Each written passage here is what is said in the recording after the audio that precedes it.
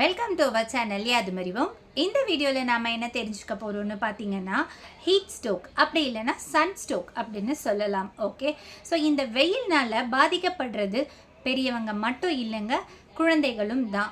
So இந்த heat stroke குழந்தைகளுக்கும் affect ஆகும்னு சொல்கிறாங்க. ஸோ இந்த ப்ராப்ளத்துலேருந்து எப்படி நம்மளை ப்ரொடெக்ட் பண்ணிக்கணும், ஸோ இந்த ஹீட் ஸ்ட்ரோக் வரும்போது ஃபர்ஸ்ட் எய்ட் என்ன பண்ணலாம் அப்படின்னு எனக்கு தெரிஞ்ச ரீட் பண்ண ஒரு சில விஷயத்த உங்களோட இப்போ ஷேர் பண்ணிக்க போகிறேன். ஓகே, வெயில் நல்லது தான், ஆனாலும் இந்த கோடை வெயிலில் ரொம்ப அதிகமாகி நம்மளுடைய உயிரை பறிக்கக்கூடிய அளவுக்கு ஆபத்தானதாக இருக்குங்க. அதிக வெப்பத்தின் காரணமாக நம்ம உடல் உறுப்புகள் திடீர்னு செயலிலிருந்து போகிறது தான் இந்த ஹீட் ஸ்ட்ரோக்னு சொல்கிறோம், அதாவது சன் ஸ்ட்ரோக். இதை இப்படியும் சொல்லலாம், சரிங்களா? நம்ம உடலோட டெம்பரேச்சரை சரியான அளவு பராமரிக்கிறதுக்காக நம்ம மூளையில் ஹைப்போதலாமஸில் ஒரு தெர்மோஸ்டேட் இருக்குது. நம்ம சரௌண்டிங்கில் ஹீட் அதிகரிக்கும் போது நம்மளுடைய உடலில் உள்ள வெப்பநிலையும் பாதிக்கப்பட வாய்ப்பு இருக்குங்க. ஸோ இதை தடுக்கத்தான் வியர்வையின் மூலமாகவோ தோலின் வழியாகவோ வெப்பத்தை வெளியேற்றும் வேலையை இது பண்ணும். அதே போல தான் குளிரான பிரதேசத்தில் இருக்கும்போது நம்மளுடைய பாடி ஹீட்டை வெளியேற்றாமல் இருக்கிறதுக்காக இது டெம்பரேச்சரை கரெக்டான லெவலில் மானிட்டர் பண்ணுங்க.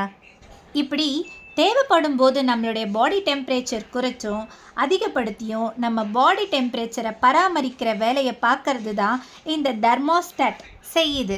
இந்த தெர்மோஸ்டாட் செயலிலிருந்து, அதாவது பிரேக் டவுன் ஆகும் நிலைக்கு போனாதான் நமக்கு ஹீட் ஸ்ட்ரோக் வரும், சரிங்களா? ஸோ இந்த நிலையை தான் ஹீட் ஸ்ட்ரோக், சன் ஸ்ட்ரோக் அப்படின்னு சொல்கிறோம்.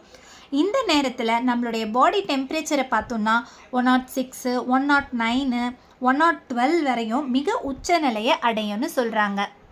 இந்த மாதிரி டெம்பரேச்சர் அதிகமாகும்போது ஹைப்பர் பைரெக்சிலியா அப்படின்ற காய்ச்சல் நமக்கு உண்டாகும். ஸோ இதனால் நினைவிழப்பு ஏற்படுங்க. ஸோ இந்த ஹீட் ஸ்ட்ரோக்கில் பார்த்தோம்னா 2 டைப்ஸ் ஆஃப் ஹீட் ஸ்ட்ரோக் இருக்குது. First one non exertional heat stroke, second one exertional heat stroke. இந்த நான் எக்ஸ்டர்னல் ஹீட் ஸ்ட்ரோக் இருக்குது பார்த்தீங்களா, இது நார்மலாக இந்த சூரிய ஒளி பாடியில் படுறதால மட்டுமே வராதுங்க. இது வந்து ஓல்டேஜ் பீப்புளுக்கு, வயசானவங்களுக்கெல்லாம் வரக்கூடியது தான் இந்த first one. Second one exertional heat stroke பார்த்தோம்னா வெயிலில் ரொம்ப நேரம் ஓடுறதுனாலையோ விளையாடுறதுனாலையோ தண்ணி நிறைய குடிக்காதனாலையோ வரக்கூடியது தான் இது. இது பெரியவங்களுக்கு மட்டும் இல்லைங்க, சின்ன பசங்களுக்கும் வரக்கூடியது, ஓகேங்களா? இப்போ இந்த ஹீட் ஸ்ட்ரோக் வந்ததுன்னா இதுக்கு ஃபர்ஸ்ட் எய்ட் என்ன பண்ணலான்னா இம்மீடியட்டாக ஃபஸ்ட்டு ஹாஸ்பிட்டலுக்கு கூட்டு போகணுங்க. ஸோ இந்த இடைப்பட்ட நேரத்தில் ஐஸ் க்யூப்ஸ் எடுத்து நம்மளுடைய ஆர்ம், நெக்கு, அப்புறம் இந்த ஹீட்டான பகுதியில் எல்லாமே வைக்கணுங்க. அது மட்டும் இல்லாமல் ஈரத்துணியை நல்லா பிழிஞ்சு எடுத்து நம்மளுடைய உடல் மீது போத்தணும், ஓகேங்களா?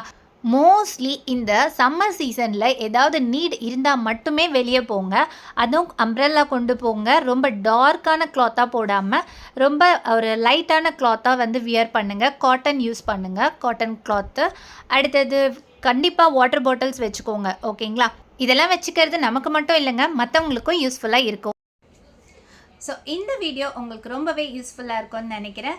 ஏன்னா இப்போ மார்ச்லேயே வெயில் ரொம்ப அதிகமாக ஆயிடுச்சுங்க. ஸோ நம்ம எல்லாருமே ரொம்ப பத்திரமாக இருக்க வேண்டிய தருணம் இது. ஸோ உங்கள் நண்பர்கள் மற்றும் குடும்பத்தினர்களுக்கு இந்த வீடியோவை ஷேர் பண்ணுங்கள். தேங்க்யூ ஃபார் வாட்சிங் த வீடியோ.